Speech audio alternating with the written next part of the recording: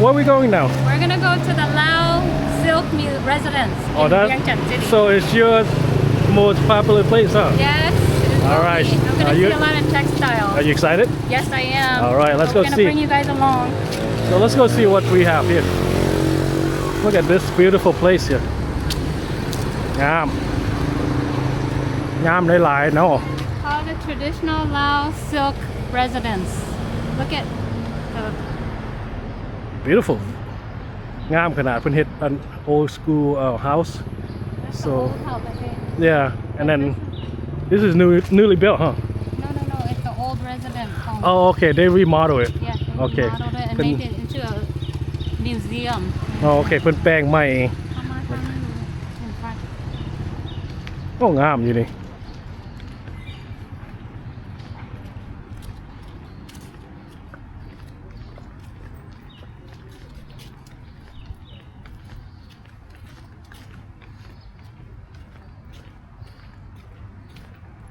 Traditional Lao Silk Residence. สบายดี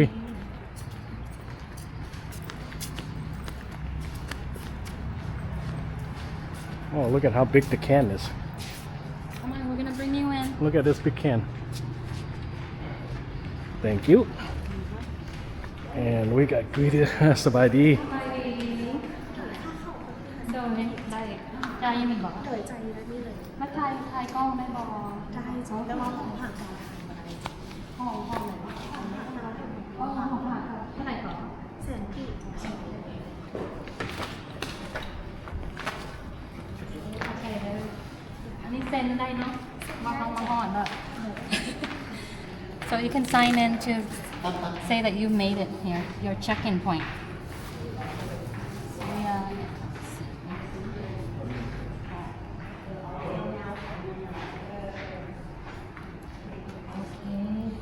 อันนี้เปิดมาดนแล้วบ่ So this section มันอย่างก็ป้ายนี่มัน ค่ะ ป้ายนี่มัน แนะนำเกี่ยวกับตัวนี้จะมีเป็นของเผาไต่แดงมาจากแขวนหัวพานเนจะมีเกี่ยวกับเป็นผ้าห่มผ้ากั้งผ้าเขวียนหัวต่างๆประกาศโดยหลักๆอยู่ในห้องนี้แมนเพิ่นจะนิยมเฮ็ดคนลาวเขาเป็น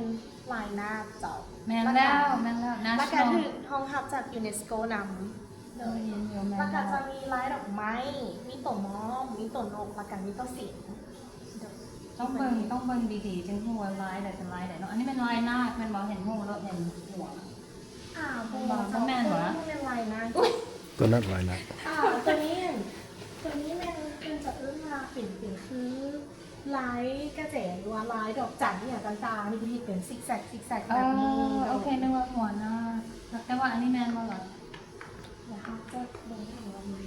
มีต้นหน้าแล้วก็ต้นนกมันไม่มอง ลายหน้ายูนิตจะเป็นแบบนี้โดยแม่ลายหน้ายูนิตจะ So the naga is the national Lao symbol that has been honored by UNESCO. แม่ Yeah. and also I think they use it for like also the headpiece So there's a blanket, headpiece, even like a funeral cover. And this is like อันเก่าที่สุดเท่าไหร่ก่อน 200 ปีจ้ะ The oldest piece is over 200 years old. still standing too it's Yeah, beautiful It's still in one piece. ตัวใดละ200 ปี พอ200 ปีนึงจะเป็นสุดบรรดาชนเผ่าฝั่งนั้น โอเคจังนั้นเขาจึงไปเบิ่ง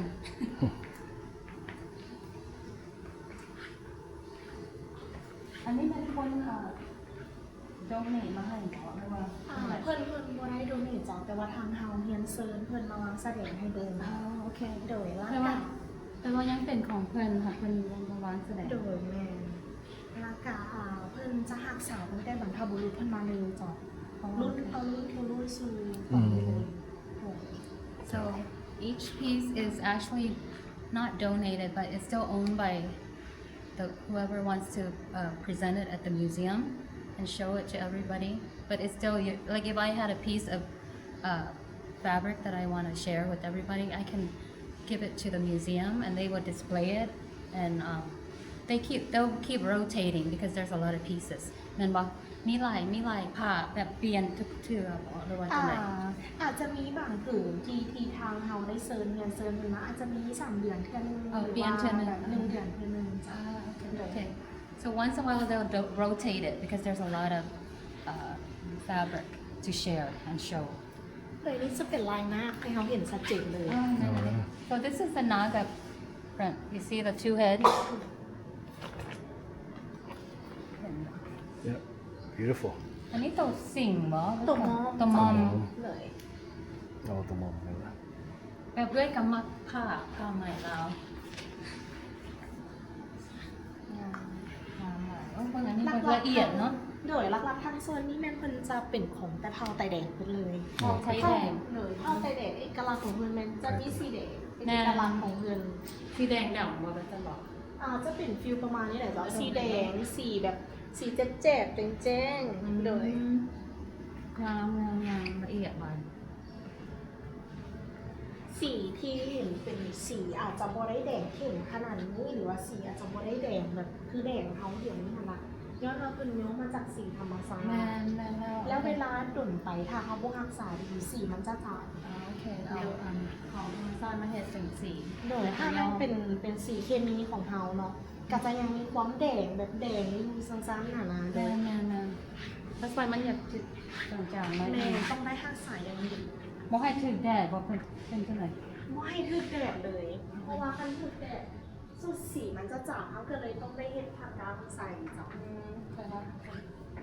ตัวนี้มัน เลยอันนี้ แนะ กัน นำมันบางเลย อันนี้มันเป็นผ้าเสื้อหรือผ้าเขียนหัวตัวนี้200ก็ปีจ้ะ ตัวนี้เลย ตัวนี้ ตัวนี้200กว่าปี So over 200 years old. เขายังแดงสดแดงดี แม่น เนาะ ตัวนี้เพิ่นผสมสีเคมีนะ Oh. This is ส่วน for hat ที่ piece. เห็นข้างหน้านี้มันก็จะเป็นอุปกรณ์ที่เพิ่นใช้สมัยก่อน ทั้งเทิงลงมาเป็น โดย ทั้งเทิงเนี่ย ทางเทิงอาจจะเป็นพระธาตุถวายแบบอย่างต่างๆ ใส่มากใส่อย่างเบาแบบ ประมาณนั้นเจ้าแล้วก็จะมีดาบของเพิ่นมีโอของเพิ่นที่เฮ็ดด้วยเป็นแบบปักดิ่งจากเพิ่นจากคำแท้ ต้องจากหลวงพระบางเหรอ ๆแม่นแล้วเจ้า อันนี้มันเงินแถบเหรอ เจ้าอันนี้แท้ๆเลย Oh. แต่ว่าเฮาเพิ่นมีเจ้าของเฮาบ่สามารถให้จับได้เจ้า ว่าบ่เป็นหยังบ่เป็นห เข้า ยัง ใจ เข้า เขา ใจ จะได้เบิ่งกับอันนั้นเนาะ แล้วก็อันนี้ก็จะเป็นแบบบรรดาเครื่องอุปกรณ์ต่างๆของเพิ่นอาจจะเป็นแบบทรัพย์สินของเพิ่นเจ้าโดย โอ้งาม จะเป็นขันจะเป็นเหรียญแน่จะเป็นบนไว้ใส่เครื่องอย่างของเพิ่นต่าง อ๋ออันนั้นมันอย่างกันไข่บ่รู้ว่า เงิน เข้าใจอยู่บัด ๆ อาจจะเป็น หยัง ไซส์ในการเฮ็ดหมากต่างๆหรือว่าจะเป็นบรรดาเครื่องของเพิ่น นี่ใบ สร้า ลาง น เป็นหลายล้านและกระสอ โอ้สอ โดยสอสมัยก่อนเป็นแบบนี้ เอาซอเนี่ยไปเขียนไปละ ใบลาน อ๋อ แม่ละการตัวอันนี้เป็นหนังสือบาลีเจ้า เจ้า แล้วทั้งลมมันโอ้เนาะ โดยอันนี้มันเครื่องปั้นดินเผานะเจ้า ฟังดินเผา ตั้งแต่ศตวรรษที่16เลย เจ้า from 16th century pottery ทั้งลม Right. ใบลาน is like a คูบาเนาะ For chanting the monk สมัย so ก่อ the น monk ถ้าสมมติว่าเขาอยากเรียนหนังสือต้องได้ไปเรียนอยู่วัด so โดย in the olden day if you want to go to school you actually have to go to the temple to learn from the monk and they use this manuscript it's called Bailan in Laos to teach you and also to write history no Yeah, I think also in Luang Prabang they still use that practice. I think there's a lot of young monk, young person to learn from over there as well. So, look at that original pencil too that they use yes, it's pretty ขัด unique. เนาะ โดยเพราะว่าตะกี้เนาะเขาเรียนจากครูบานี้แล้วก็โรงเรียนเขาก็จะไม่ค่อยได้มีหลายแห่งแบบสมัยนี้โดยเพิ่นก็จะแบบเรียนต่ำวัดมีอาจารย์แบบไปสอนจังซี่นะหรือว่าแบบถ้าเรียนอยู่โรงเรียนก็จะแบบอายุก็จะประมาณแบบ14-15 ปี16 ปีหาไปอยู่ป .1 Oh, โดยสมัยก่อนแม่น อ๋อ โด เดี๋ยวย นี้แต่น้อยนะโอ้วันนี้มันอย่าง อันนี้จะเห็นอุปกรณ์ว่าแบบ accessory เพิ่นแม่นนะคะ ปลาแขนเนาะ โดยตัวนี้เฮ็ดจากไหมอ่ะ ไหมคำแล้วไหม ไหมคำแท้ๆเลยและกะไหมเงินแท้ๆเลย oh. อันนี้จะเป็นดีเทลและกะรายละเอียดของเพิ่นจะสามารถอ่านได้เล เอ้ ย ยสิพาเล่นเป็นอะไรก็ได้ใส่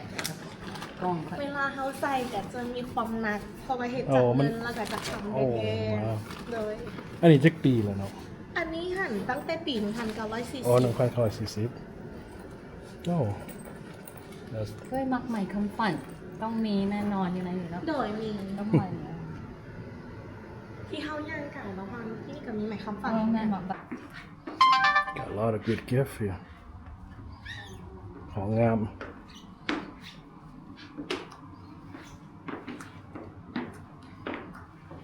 นี่ดอกจำป่าปะ โดยแม่นแล้ว อ๋อ7 ล้านมัน กับ 40,000 กีบจ้ะ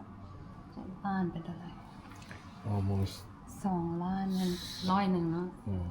300บาทเห็นปะ โดย อันนี้มันเห็ดยังไง 350 350อันนี้หักใหม่ธรรมดาแล้วใหม่คำขวัญ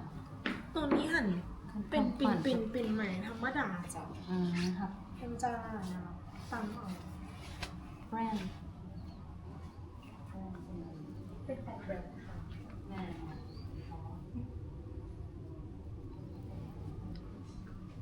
โชว์แฟชั่นโชว์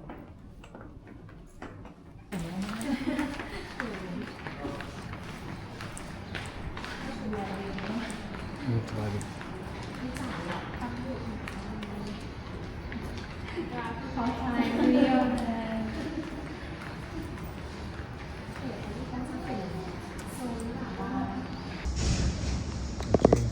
โอเค ยินดีต้อนรับเด้อเข้าใจแล้วเราให้พี่น้องฟังแดง โดย สิไปโฆษณา แม่ละเราเขาก็อันนี้มีหอนำหอบังแสดงเกี่ยวกับเครื่องเก่าเครื่องแก่ของงานพี่น้องขั้นว่าอยู่อเมริกาพ่อแม่ไม่ตู้แม่นายต่างๆเพิ่นมีของแก่ก็เชิญเอามาบังแสดงและใส่ซื้อเพิ่นได้บางประมาณ100 ปีคือเอามาโลดแล้วอยู่ทางไหนแล้วก็ใช้ซื้อเพิ่นมาแล้วบอกประวัติเพิ่นเป็นตำไผหยังแล้วก็รักษาซื้อเพิ่นไว้ตลอด โดย ให้ลูกให้หลานได้เบิ่งอย่าสู้เอาไปอีสังให้ขายให้ข้าเจ้าประเทศอื่นเพราะว่าเอามาไว้ให้ลูกหลานเขาเบิ่งดีกว่า แม่ สีมือของพ่อของแม่เขาหายากไอ้บ่มีอีกละ เดี๋ยวนี้ผมหายากที่สีของเก่า เพราะว่าเพิ่นเนี่ยเพิ่นก็มักเรื่อง เขา มัน มา สินเรื่อง สิ้นเรื่องเพราะว่ากระสอบ ดีจะดี ทำ เล ไร ย มาหลายปีแล้ว เจ้า 10 กว่าปี อยู่บ้านก็เต็ม คือมันบอกอันเก่าๆเอามาใช้ซื้อลูกไว้ โดย แล้วก็บอกว่ามันหันบำเพ็ญโดเนชั่นจากคนผู้นี้ใส่ซื้อไว้อันเฮ็ดเท่านั้นปีเท่านี้ปีมันดอกดวงร้ายหยัง โดย บอกให้พี่ๆน้องๆหมู่ผู้ใดมาก็มาอ่านเมืองก็ฮู้เจ้าของ โดย เขาเจ้าบ่ว่าเขาเป็นเจ้าของเขามันมีเจ้าของขอเจ้าจะมาบางน้ำแท้เฮาเนาะ โดยตอนนั้นพวกเขาไปเชียงรายแล้วเขาไปตลาดก็ได้เห็นผ้าสินเก่าแล้วเขาซื้อ แม่นไม่ใช่ของเราข้าเจ้าเอาไปทางซ้ำเหนือเพิ่นเอาไปมืดโรงงานไปตำให้ข้าเจ้า เชียงรายเนาะ อ๋อข้าเจ้ายกเหล้าไปมืดคันเฮาบ่เฮ็ดจังซี่นะเฮารักษาของเก่าของแก่บ่ โด ได้ ย เฮาเฮ็ดจังที่เพื่อรักษาไว้ของพ่อแม่ปู่ย่าตายายเฮาได้เฮ็ดขึ้นมาแล้วบ่ได้ให้ข้าเจ้าไปเอกอ้างจนข้าเจ้าไปลงจดทะเบียนบอกข้าเจ้าหมด โดย เราเขาจะบ่ยังเหลืออย่าง แม่ จริงๆมันของเขาเป็นแพ้เลิศลายต่างๆของห้องน้ แม่ก็ฮู้ไอ้แก้วบ่ ำแก้วใดเนาะ ไอ้แก้วแล้วมันมีอันมันยังก่อซื้อว่ามันมีอันซื้อ มีหลายแก้วเนาะ แก้วมนตรีเหรอ แม่แล้ว แก้วมนตรีก็เป็นเครื่องเพิ่นกำเอามาสวยอยู่ พวกลูกนี่ก็ฮู้เพิ่นหลายบางที พูดจะโดนแล้ว แก้วมนตรีอยู่หลวงพระบาง เอาคนมาย้ายมานี่ เพิ่นย้ายมาพี่ ย้ายมาแล้วแล้วก็มาหอมมือกับแม่อยู่ แล้วก็มีงานต่างๆก็ได้มาซอย เมื่อกี้นี่ก็จัดงานมหากรรมเต็มนี่ไปร้อย โด ค ย นเต็มนี่ 24th anniversary แล้วเขามาบ่ทัน มาบ่ทันก็สิได้เนาะแล้วมาแต่แขวงก็มาหมดแล้วแก้วมนตรีก็มีเครื่องอยู่นี่มาสวยกัน โดย เป็นสมาชิกของสมาคมเรา โอ้เพราะว่าตอนเพิ่นไปอัน ตอนนั้นเพิ่นไปอเมริ อเมริกาพวกอันขน้อยก็อายุ เรามีเครื่องหลายเด้ โดยนี่ ต คือ อนนั้นเพิ่นเอาไปหลาย เพิ่นเอาไปโซ่นะไปโซ่ยังอเมริกาแล้วพวก แล้วไปขาย แม่นเครื่องเราขายเป็นเมืองไทยหลาย โดย ไทยเสือเขาบอกว่าเจ้าจะขายหลายเจ้ามาไม่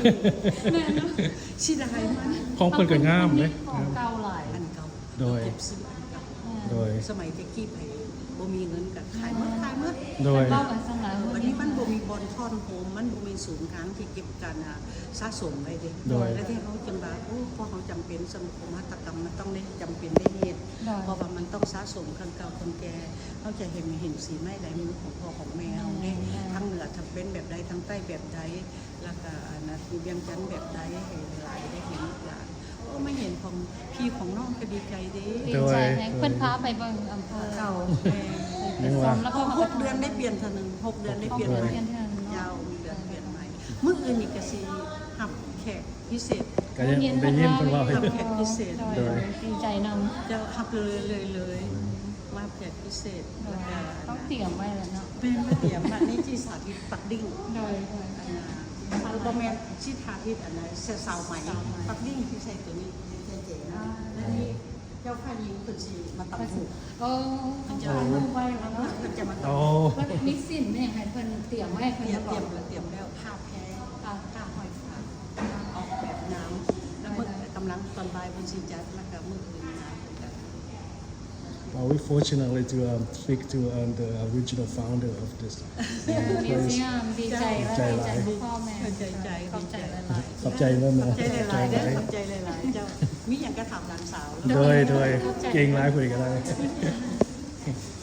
That was exciting to talk to the originalๆ Yeah owner she's so and sweet yes very โดยที่จะคือมาซ่อมการต้องไหม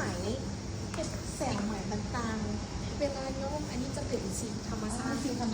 บอกที่ฝั่งนั้น So this is the ingredient they used to do natural dye เห็นบอกเป็นสีแบบนี้เนาะจับได้อยู่เหรอ จำได้ Okay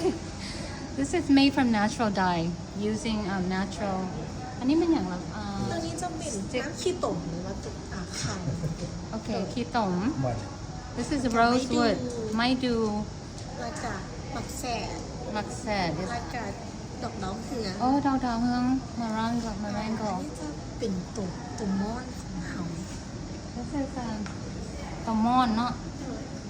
It's they woven in themselves into this. It's called tamon, and then they make it and then it's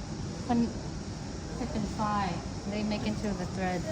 It can they make into this. เวลาเขาต้มหรือว่าเขาแช่เป็นเส้นได้แบบนี้เลย Yeah. สายโดยงานเขาแค่นี่จะเป็นลายสายโคตร So they boil it in this kind of pot first, and then they will make it into using อันนั้นมัน